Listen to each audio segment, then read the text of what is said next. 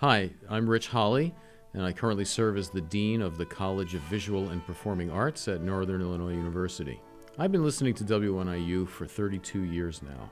What I love about WNIU's offerings is the depth and breadth of the music that I can hear. I find that the announcers are knowledgeable about the music they're about to play or just have played for us, and I love waking up to it every morning. We have 3 alarm clocks in my house, all of them set to WNIU, and we keep it on during the whole morning, and it's a great way to start our day. I listen to a wide variety of what we'd call classical music, but probably my favorite is from the Impressionistic era. Second favorite would be Romantic era. I believe that I like Impressionistic music and Romantic era music because of what I call the colors that the composers bring out, the way they use the orchestra, the way they really understood instrumentation, and were even pushing the boundaries of what instruments could do at those time periods. So I'm a percussionist by training. I came to NIU in 1983 as a percussion faculty member in the School of Music.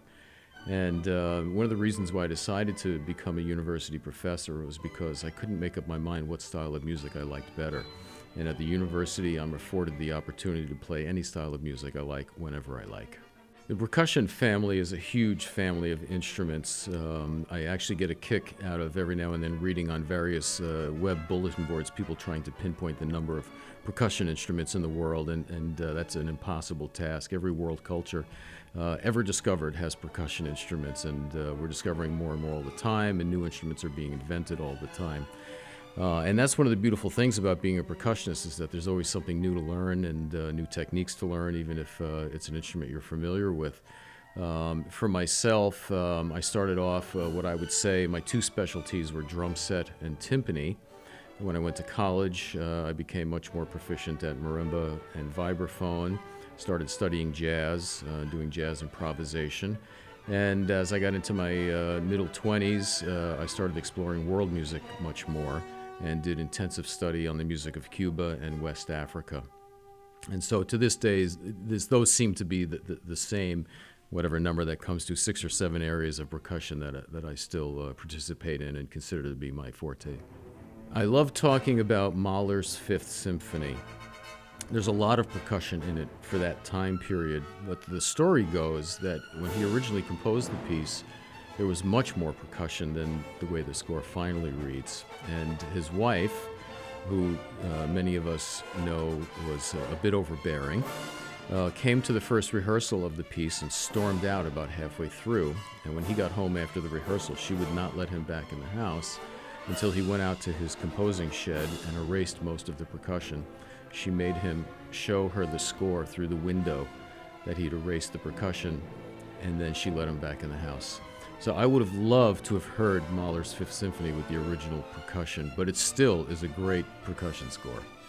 I think it's important to support public radio for numerous reasons, but perhaps the biggest reason is for the incredible amount of enjoyment we get from listening to what's being sent to us over the airwaves every single day. Think about everything else that you have going on in your life and everything else that you spend money on. Most of the things you spend money on, you get some level of enjoyment from. And of course, there are things we spend money on that we get no enjoyment from. So here's something that comes to us, whether we're in our car, our home, at work, and it provides nothing but enjoyment. And so, how difficult is it? Whether you can support $1 a week or $5 a week or whatever level of support you can provide so that enjoyment keeps coming to you and to the rest of us. I think it's a wonderful thing to support, and it piques your interest. I think for anyone who's curious, you're going to learn a lot more about the world around you by listening to the offerings on public radio. And for even a very small amount of support, you can keep that going.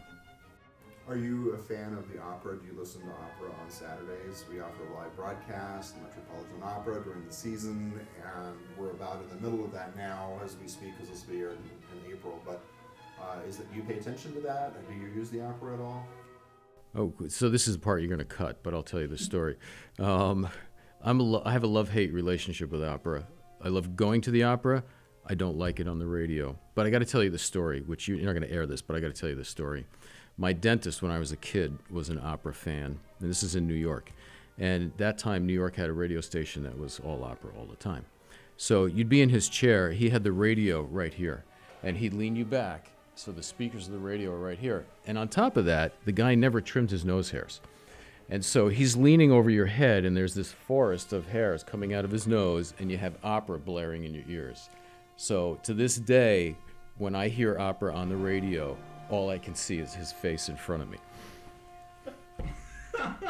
I can never go to the dentist again. Yeah, well, I got to tell you, though, I have to say, I went 6 or 7 years in my 20s saying, nope, not going to the dentist, which is a bad move. I mean, not that it ruined my teeth horribly, thankfully, but yeah, I had that attitude for a while, not going to the dentist. But also, I can't listen to opera on the radio. But I love going to the opera. Sure, because yeah, that's a whole different. Oh my God, what a spectacle! Yeah.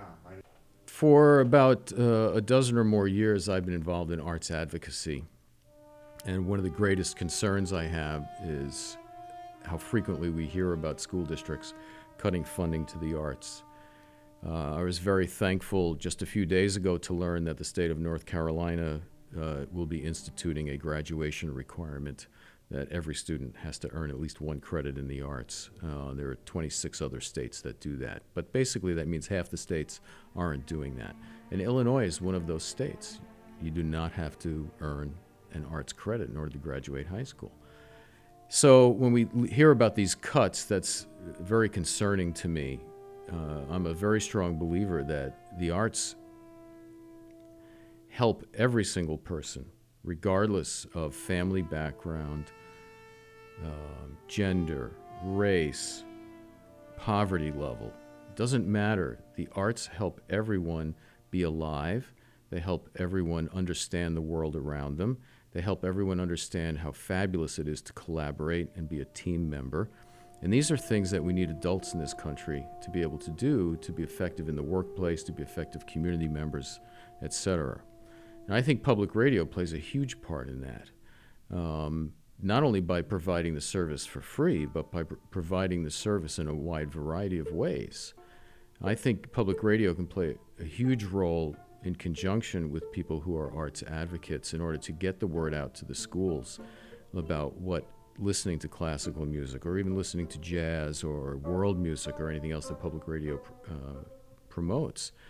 I think there's a lot of work that can still be done, but is being done in partnership with other arts advocacy organizations. And public radio, I think, plays a huge part in that because it provides the listening opportunity to get people excited about different kinds of music.